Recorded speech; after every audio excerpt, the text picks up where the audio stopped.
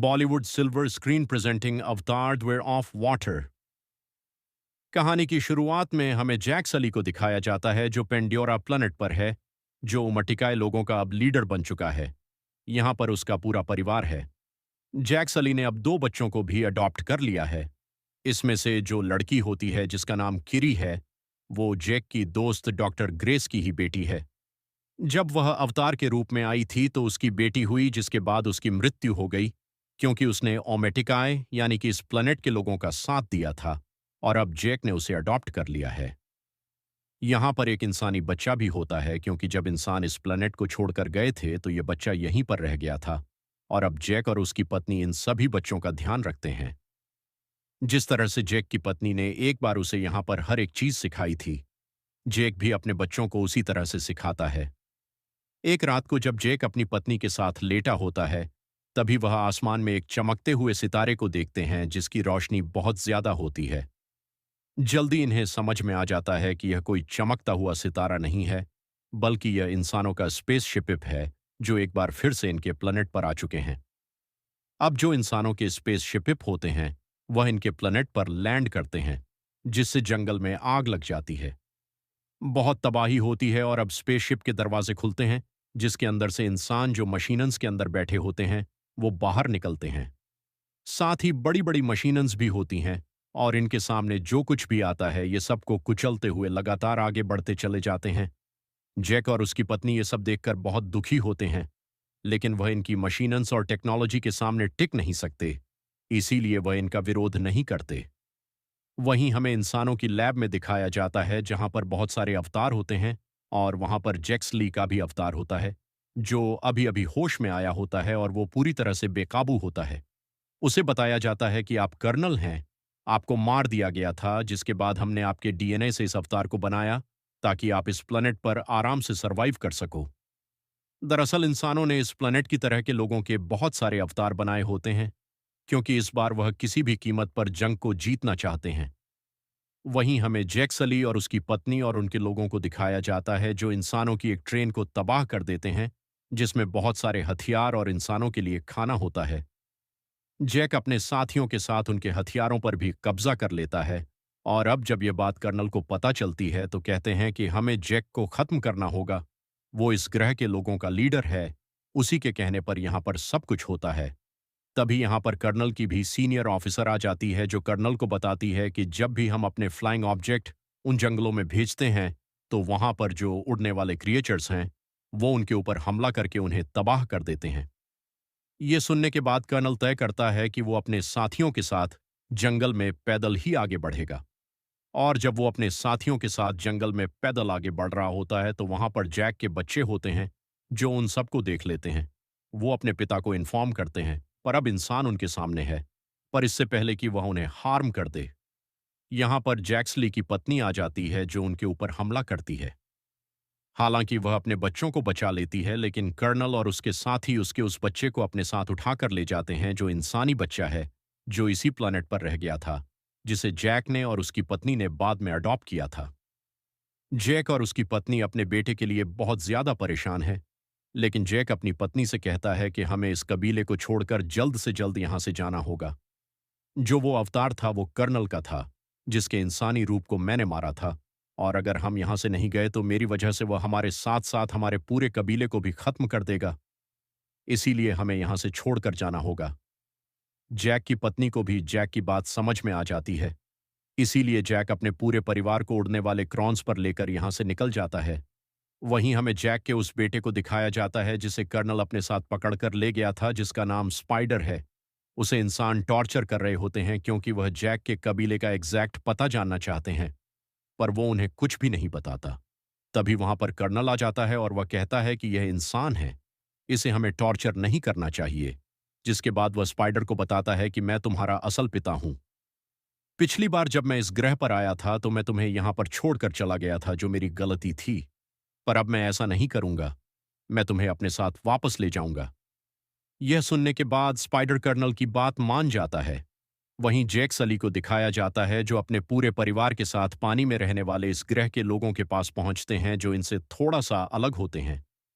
वहां का जो लीडर आता है वो जैक से कहता है कि तुम यहां पर नहीं रह सकते, क्योंकि तुम्हारा रहन सहन और हमारा रहन सहन पूरी तरह से अलग है।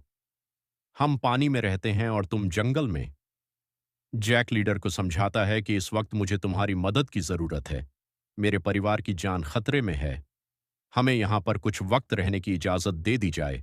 जिसके बाद जैक और उसके परिवार को यहाँ पर रहने की इजाजत मिल जाती है। लेकिन इन्हें पानी में रहना नहीं आता और ना ही यहाँ के रहने वाले लोग इन्हें पसंद करते हैं। अगली सुबह दिखाया जाता है जहाँ पर जैक की बेटी किरी को यहाँ के बच्चे परेशान कर रहे होते हैं और तभी यहाँ पर जैक के दोनों बेटे आ जाते हैं जो उस परेशान करने वाले बच्चे को बुरी तरह से मारते हैं। जैक यहाँ पर आ जाता है और अपने बेटे को डांटता है कि तुम्हें उन बच्चों के साथ लड़ाई झगड़ा नहीं करना चाहिए था। वो यहाँ के लीडर का बेटा है, इसीलिए तुम्हें उससे माफी मांगनी होगी। जैक का बेटा ना चाहकर भी उसके पास जाता है और उससे माफी मांगता है। लीडर का बेटा कहता है, आओ मैं तुम्हें एक खास जगह ले चलूं। और वो जैक के बेटे को पानी की गहराइयों में ले जाता है जहां पर एक बहुत ही खतरनाक मॉन्स्टर रहता है और उसे वहां छोड़कर चला जाता है। जिसके बाद वहां पर वो मॉन्स्टर आता है जो जैक के बेटे के ऊपर हमला कर देता है। वो अपनी जान बचाने के लिए इधर उधर भागना शुरू करता है, लेकिन पानी के अंदर उसकी स्पीड इतनी ज्यादा नहीं होती और इससे पहले कि वह मॉन्स्टर उसे खाता, यहां पर एक दूसरा पानी का बड़ा मॉन्स्टर आता है जो उसे मार देता है। जैक की बेटे की पानी में रहने की वजह से सांस रुकना शुरू हो जाती है, जिस वजह से वह बेहोश हो जाता है और जब उसे होश आता है तो पानी के ऊपर होता है। वो देखता है कि वह उसी मॉन्स्टर के ऊपर लेटा हुआ है जिस मॉन्स्टर ने छोटे मॉन्स्टर को मार दिया था। दरअसल इसी ने उसकी जान बचाई है। जैक का बेटा देखता है कि उसके शरीर में बड़े बड़े हथियार अंदर गए हुए हैं जिनसे उसे बहुत तकलीफ हो रही होती है। जैक का बेटा उन हथियारों को निकाल देता है, जिसके बाद यह मॉन्स्टर जैक के बेटे को किनारे पर छोड़ आता है। वहीं लीडर को पता चल जाता है कि उसके बेटे ने जैक के बेटे को पानी की गहराइयों में मॉन्स्टर के पास छोड़ा था, इसीलिए वो अपने बेटे को सजा देना चाहता है। पर जैक का बेटा उसे बचाने के लिए झूठ बोल देता है कि यह मेरा आइडिया था, मैं ही गहरे पानी में जाना चाहता था। यह सुनने के बाद लीडर के बेटे को बहुत शर्मिंदगी की महसूस होती है, क्योंकि वह उसे मरने के लिए वहां पर छोड़ आया था, जबकि उसने उसे बचा लिया और अब जैक का बेटा भी यहाँ के बच्चों का अच्छा दोस्त बन जाता है। जिसके बाद वो उन सबको बताता है कि पानी के बड़े वाले मॉन्स्टर ने मेरी जान बचाई, लेकिन उस पर कोई भी विश्वास नहीं करता। जैक का बेटा एक बार फिर से उसी मॉन्स्टर के पास जाता है जहां पर वो उसके साथ बहुत इंजॉय करता है। वहीं हमें कर्नल को दिखाया जाता है जो जैक को ढूंढ रहा है। वो किसी भी तरह से उसे ढूंढकर उससे बदला लेना चाहता है, लेकिन उसे नहीं पता कि जैक अपने परिवार के साथ कहाँ चला गया। और कर्नल ने जैक के अडॉप्टेड बेटे स्पाइडर की मदद से यहाँ के कल्चर के बारे में बहुत कुछ सीख लिया होता है। साथ ही अब वह इकरान के यानी कि उड़ने वाले पक्षी के ऊपर भी बैठकर फ्लाई कर सकता है, जिस पर बैठकर वह स्पाइडर के साथ एक आइलैंड पर पहुंचता है।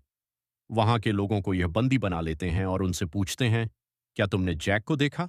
वो जैक की फोटो भी उन्हें दिखाता है, लेकिन वह बताते हैं कि हमने इस शक्ल के किसी भी नावी को यहां पर नहीं देखा। कर्नल को इसे गुस्सा आता है और वो वहां के पानी के क्रिएचर को मार देता है, जिससे स्पाइडर को बहुत बुरा लगता है। वो कहता है ये सिर्फ मछली पकड़ने वाले नावी हैं, इन्हें कुछ नहीं पता। कर्नल उन लोगों से पूछना बंद कर देता है, लेकिन इस जगह को जलाकर वह निकल जाता है। इसके बाद वह कई और कबीलों के पास जाता है, पर उसे किसी भी कबीले से कोई भी इंफॉर्मेशन नहीं मिलती। कई नावी लोगों को मार देता है और अब जब ये समंदर के रास्ते जा रहे होते हैं, तभी इनके सामने समंदर का एक बहुत बड़ा क्रिएचर जो अपने बच्चे के साथ तैर रहा होता है वो आता है।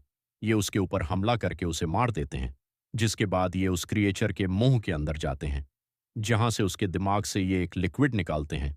और ये लिक्विड इतना ताकतवर होता है जो भी इंसान इसे अपनी बॉडी में इंजेक्ट करेगा या पिएगा, उसकी उम्र बहुत आराम से बढ़ेगी, यानी कि वो बहुत ज्यादा सालों तक जिंदा रहेगा। और अर्थ पर इसकी जो कीमत होगी वो करोड़ों डॉलर्स में होगी। अब ये सब के सब लोग यहां से चले जाते हैं। अगले दिन वो कबीला जिसने जैक और उसके परिवार को उनके यहाँ पर शेल्टर यानी कि आसरा दिया है, वो इस मरे हुए क्रिएचर को देख लेते हैं और समझ जाते हैं कि यह सब कुछ जैक की वजह से हुआ है। वो जैक से कहते हैं कि तुम्हारी वजह से इंसान यहां तक पहुंच गए जो अब हमारे क्रिएचर्स को मार रहे हैं जो हमारी दुनिया का हिस्सा है। लेकिन अब इंसानों को इसकी कीमत चुकानी होगी, इसीलिए हम उनके ऊपर हमला करेंगे। वहीं जैक की बेटी को दिखाया जाता है जो समंदर में एक बार फिर से अपने क्रिएचर से मिलने के लिए जाता है जिसने उसकी जान बचाई थी। वो देखता है कि वो पूरी तरह से निढ़ा पड़ा होता है, क्योंकि उसकी बॉडी में इंसानों ने एक बहुत बड़ा डिवाइस इंजेक्ट कर दिया है, जिस वजह से वह हिल भी नहीं पा रहा होता, और अगर उसे यहां से मूव करना है तो उस डिवाइस को निकालना होगा। जैक का बेटा और कबीले के दूसरे बच्चे उस डिवाइस को निकालने की कोशिश करने लगते हैं, और जल्दी इंसान भी इस जगह पहुंचने वाले हैं, क्योंकि वह इस क्रिएचर को, जो कि बहुत बड़ा है, उसे मार के उसकी बॉडी का वो तरल पदार्थ निकालना चाहते हैं, जिससे इंसान की उम्र और भी ज्यादा बढ़ जाती है। जैक और कबीले के सभी लोगों को पता चल जाता है कि उनके बच्चों की जान खतरे में है, इसलिए सब के सब समंदर के उस हिस्से की तरफ बढ़ चलते हैं जहां पर बच्चे हैं।